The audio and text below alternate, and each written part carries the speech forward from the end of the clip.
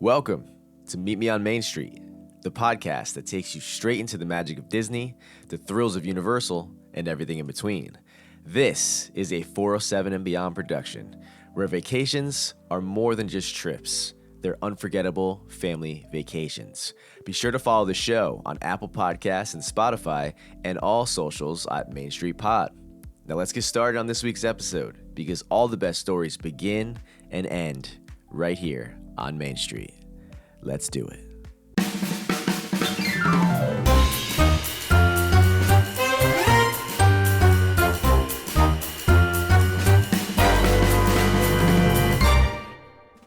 Yo, what is up, everybody? This is your guy, Joseph Belveduto, aka Nostalgic Belv. And as always, I hope you are having a wonderful day. Today is 9/8/2025. And I am right now in Pop Century in my room recording this podcast. Guys, I am so happy to be here. It's been such a great day. We had some great weather, but now, in case you hear it in the background, we have extreme thunder and rain going on. I just got back right in time, and I think I lucked out quite a bit. But I want to get into some Disney news before we talk more about the day. As always, you guys know the routine. So, to start it off, first, we got these limited release magic bands that just came out. We got some Halloween magic bands, and guys, these are limited. You can only get these for so long, and they retail for $54.95. I was just at the Creation Shop today, and I seen some of these in person, and man, some of these are very, very cool. In other news, you guys know how much I love pins. We have two new sets of pins that just dropped. We got the Fantasy Flights and the Disney Magical Marksman. And for my personal preference, I like some of these Disney Magical Marksmen. I think the next 2 days when I'm in Epcot and Magic Kingdom, I'm going to see if I could grab a couple boxes of these. I did just get my annual pass, and they hooked me up with a $100 gift card. And of course, with the annual pass, you get a discount on all merchandise. So I'm definitely going to be buying some pins the next couple of days, and I'm going to keep my eye out for these Fantasy Flights and the Disney Magical Marksman. Disney's Beak and Barrel just announced that they are only doing parties up to 8 people at a time. Guys, it is still very difficult to land some reservations over at Beak and Barrel. But with that being said, our guy Wyatt over at 407 and Beyond, he's been grabbing a bunch of reservations over there, and he's been hooking a lot of the agents up with some of these reservations so we could get some great quality video and info on the Beak and Barrel. Guys, if you need help booking a vacation, do not hesitate and reach out to 407 and Beyond. We will help you, and we will help you get it done right. So, with that being said, Beak and Barrel, max 8 people now. Does it suck? Yes, it does kind of suck, but we got to do what we got to do at this point. Everybody's trying to get in there, and there's only so much we can do at this point. So, moving on, there's not too much news going on this week. As you guys know, I was just at a wedding on Friday out in Philadelphia. We stayed at the Wyndham, and really nice for the price. Right in the middle of a lot of things, literally minutes away from all of the sports arenas and the Rocky Steps, and walking distance to just a ton. There's always a lot going on in Philly, obviously. Once again, if you guys need to go anywhere in the world, we will help you get there. I know quite a bit about the area of Philadelphia. If you guys ever need help, recommendations, hotels, anything along those lines, I'm your guy. You know I got your back. But anyway, I was at a wedding. Shout out to Mr. and Mrs. Sample. Love you guys. Wedding was beautiful. Just the whole place was just filled with happiness. It was just really good energy in there. And I'm just extremely happy for you guys. And I'm looking forward to all of that you accomplish in the future. So shout out you guys. But moving on, we crashed in Philly overnight. And then my flight out of Philadelphia was the next day on Saturday at 2:30. You never know what security is going to be like in Philly. So I got there pretty early. I got there around 11, which left me 3 hours and 20 minutes to hop on the plane. And I went to security, and there was literally 10 people in front of me. So I ended up getting through it pretty quick, but as of recently, I got so many electronics that I travel with. I got my gimbal, I have my laptop, all of my chargers, my cameras, my microphones, all of those things. So when I go through security and you have to take out all of your electronics, I have full bins just filled with things. Um, so that always takes a little bit of time, but luckily there wasn't a lot of people behind me, so I didn't feel uneasy about pulling all that stuff out and holding everybody up. So I ended up getting to my terminal somewhere around, I'm sorry, I got to the gate somewhere around, I wanna say it was like 11:30. So I ended up sitting for a good 3 hours, but I was able to clean up my email, go through just a bunch of stuff I've been meaning to do. I don't have a lot of time where I'm just sitting around, so I try to take advantage of that time to just do those things that I needed to do. Also, just getting a game plan for what I had coming when I got to Disney. So, flight was extremely rocky. Um, when we were landing, it's funny when you're above those clouds and you see the sun, everything seems good.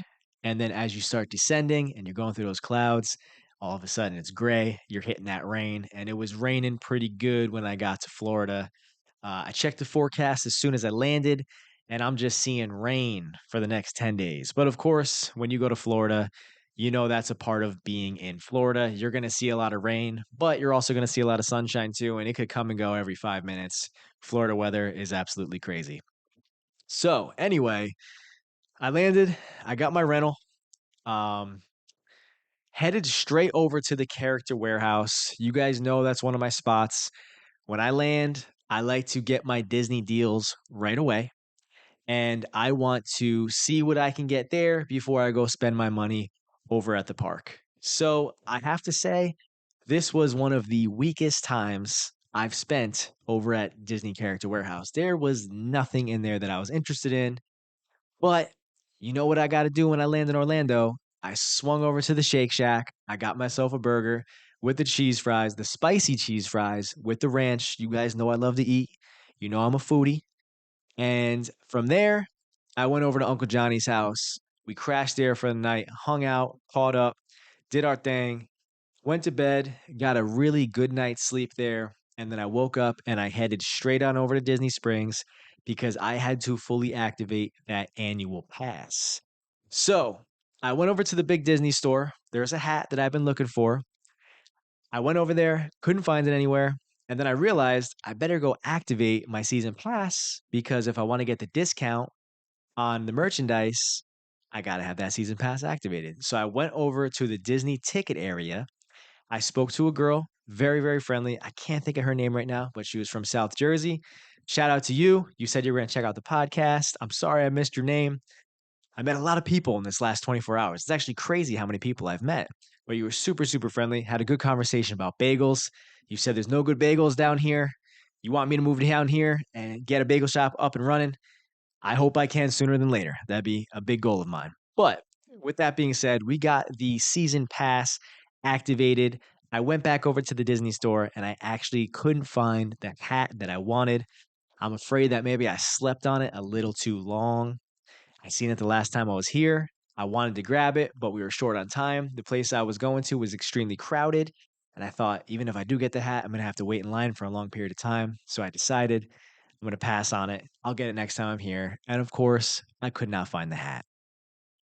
So at this point, I decided it was probably best for me to head over to Gideons. I went to go check out the line, and of course, it was huge. I ended up waiting in line for probably around 35 minutes, but I'm here, I'm in Disney Springs.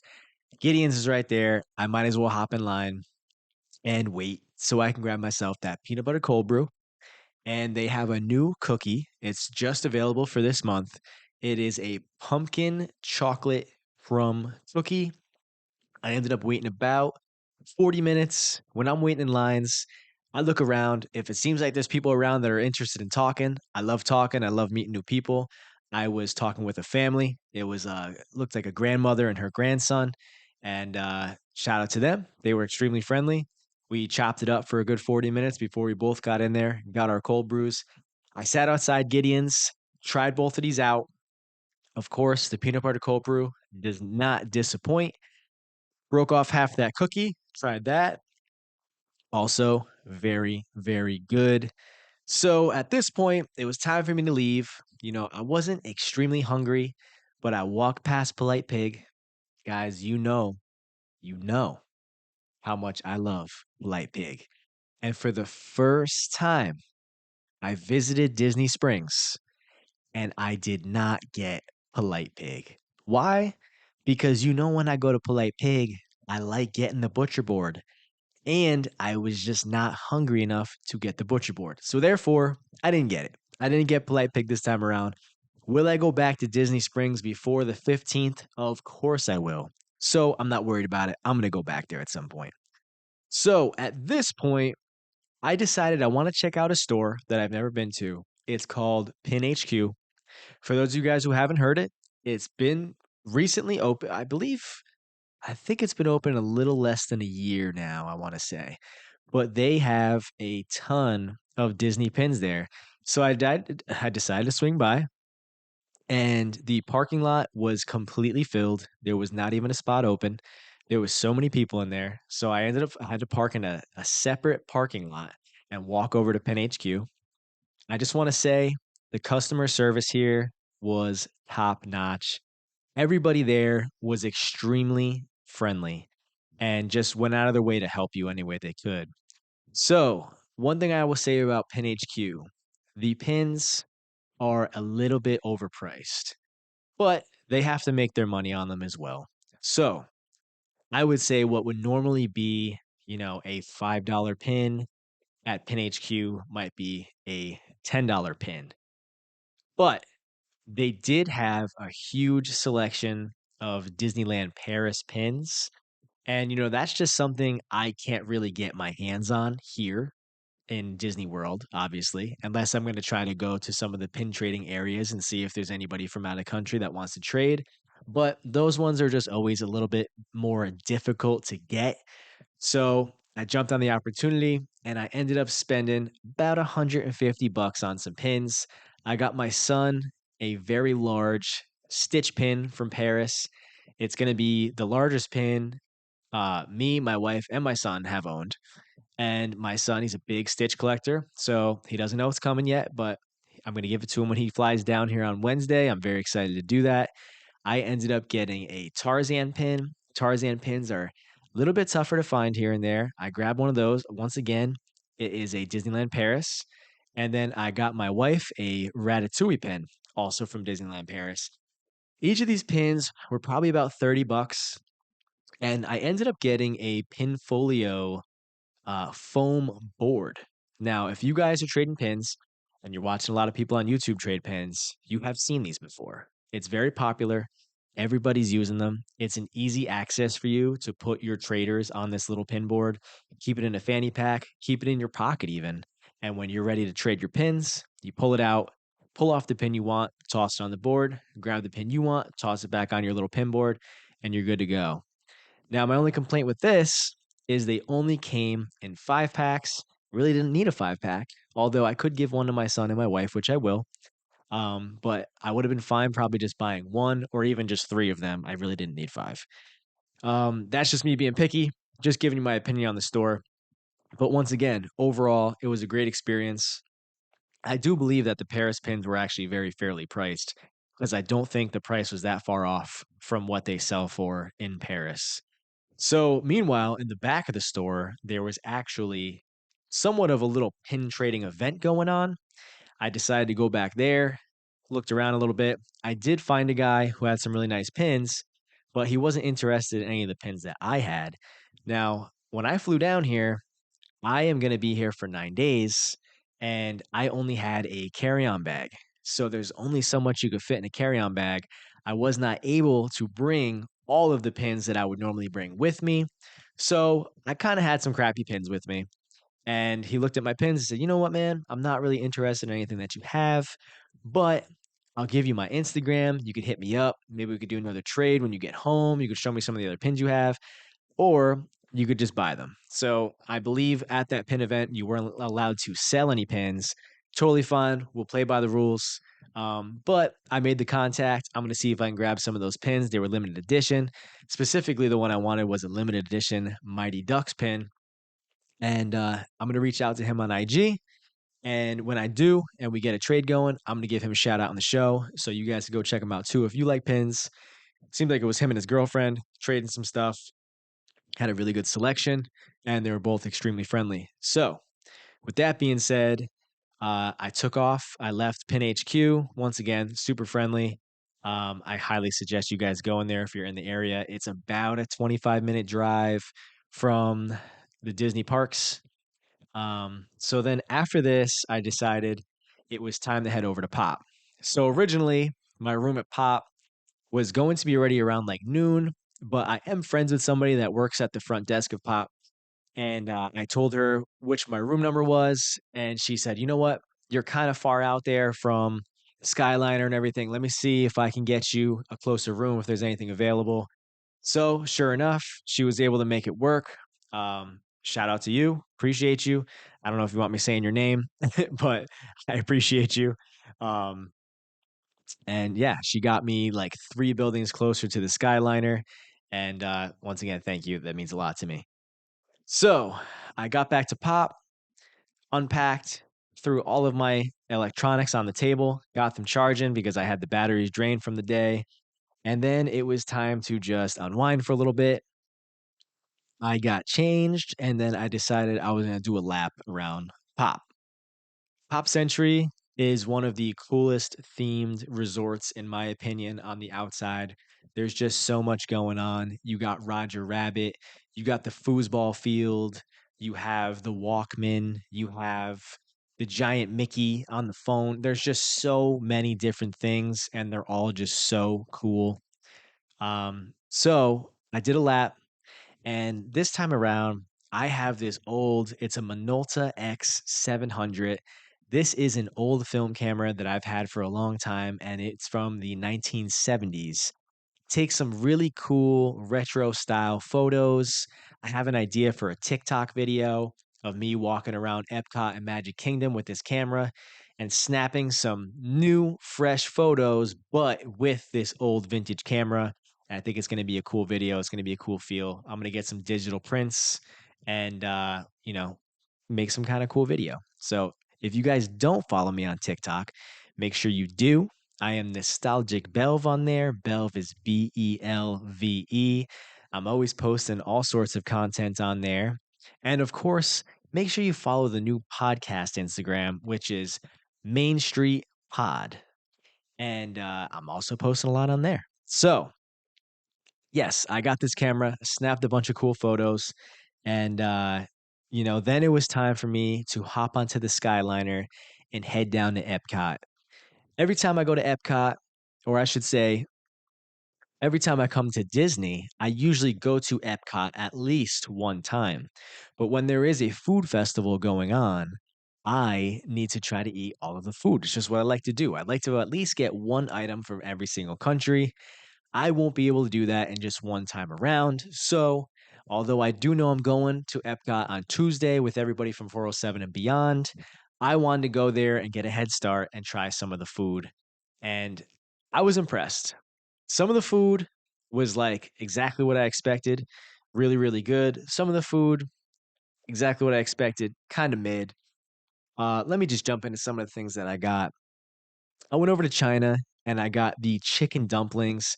These were very, very good. They had some kind of a little bit of a spicy sauce on them.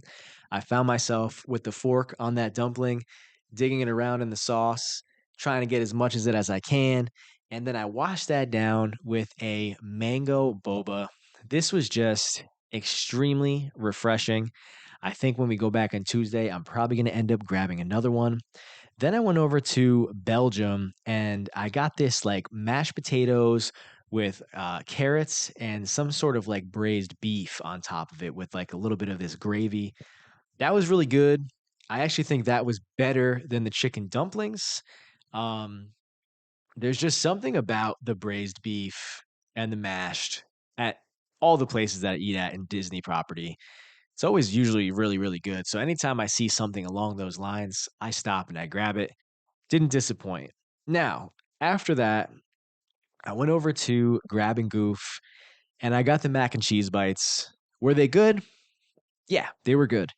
But they were mid. You know what I mean? It's really, I would say it's in comparison to any frozen, deep fried macaroni and cheese bite that you've had anywhere, Sheets, Wawa, whatever. Came with a ranch dip cup, but it was pretty good. I'm not gonna lie. Um, so after this, I did another lap and I saw that they were doing the Eat to the Beat. We had Toby Mac performing. I ended up chilling, kicking it there for a little while, watched him perform. Real good vibes. Everybody's dancing, chilling, feeling out the music. Um, Super cool that they do that. I want to see who else is performing while I'm in because I ended up extending my stay. So I want to see who's performing on those last couple days of my stay to see if I can go watch anybody else. After this, I decided felt like I wanted to ride a ride. You know, it's funny that I was in Epcot all of this time and I didn't even think about riding a ride yet because I was just walking around to all the pavilions. So I checked some of the wait times. Of course, Guardians was actually delayed at that time, and Test Track had about a 65-minute wait. So I'm thinking to myself, do I want to wait all that time right now? You know, if I could probably hop into a single rider line. So I decided to check out Soren's wait time, and it was 5 minutes, and it was basically a walk on. I walked right onto the ride, and this was a ride I wasn't sure if I was going to be able to record.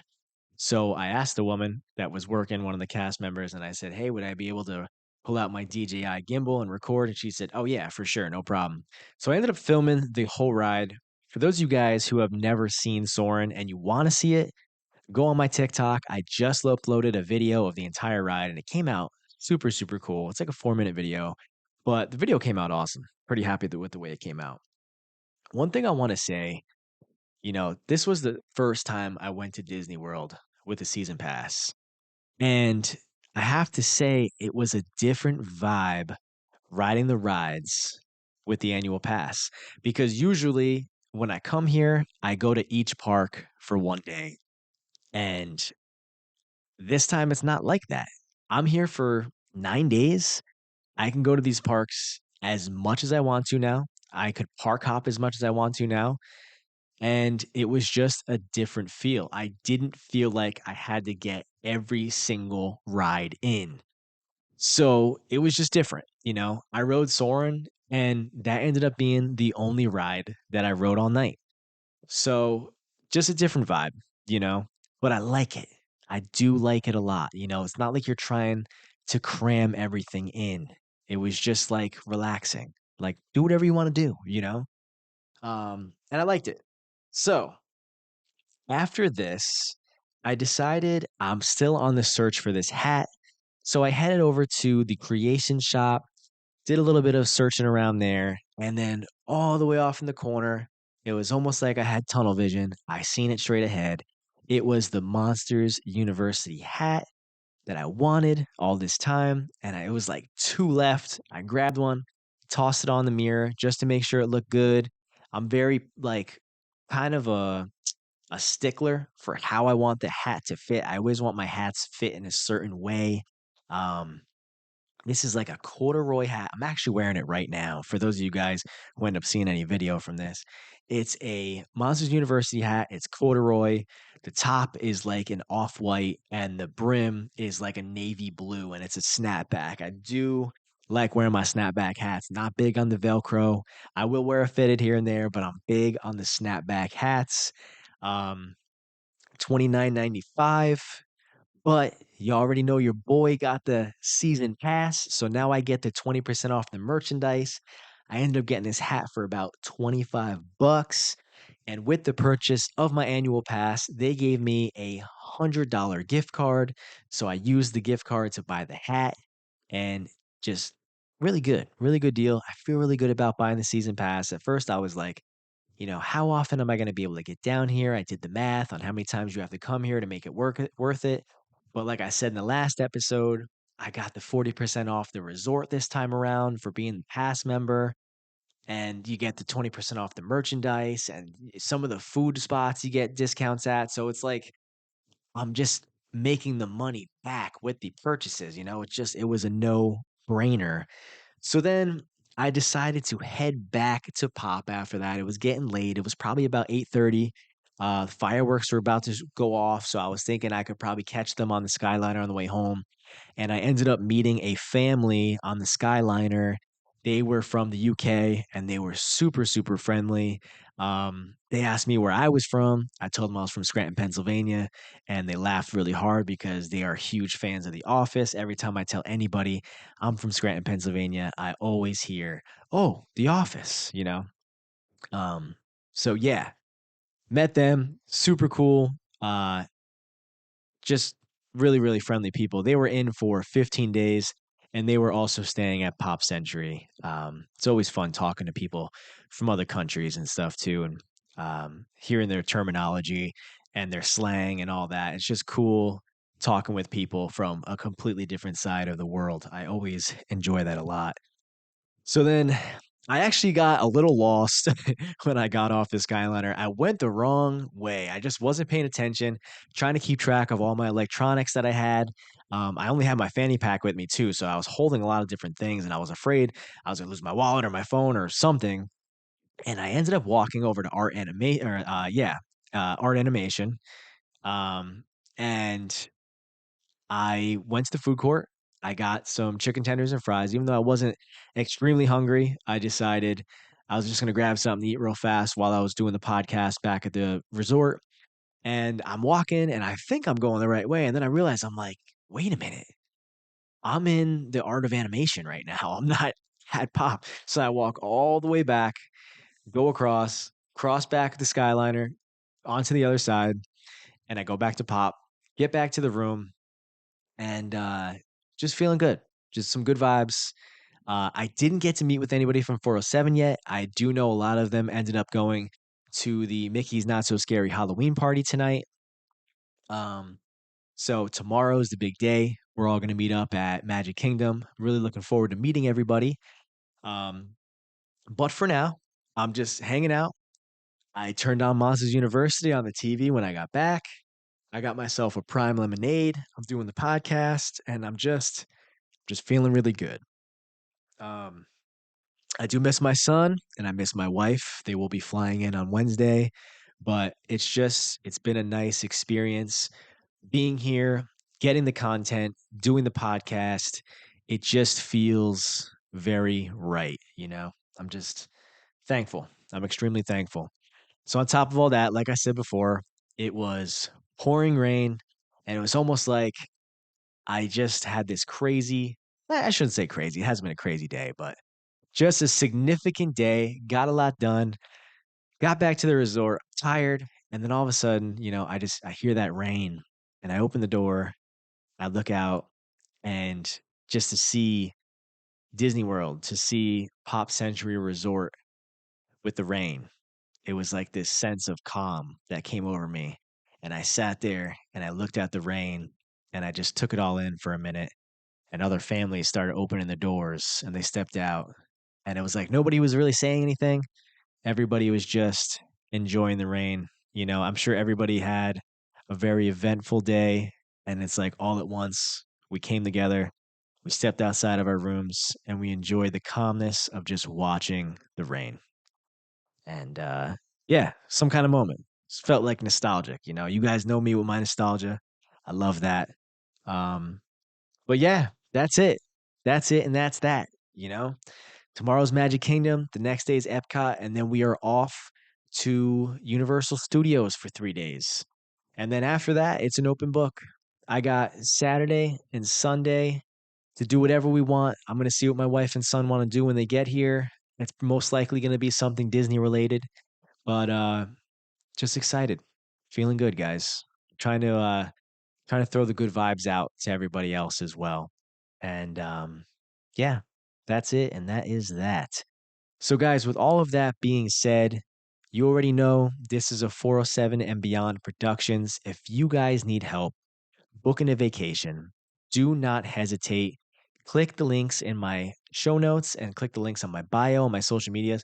Reach out to 407 and Beyond to book your next vacation, whether you want to go to Disney World, Universal, you want to go on a cruise, or if you really want to go anywhere in the world, we will help you get there. Okay.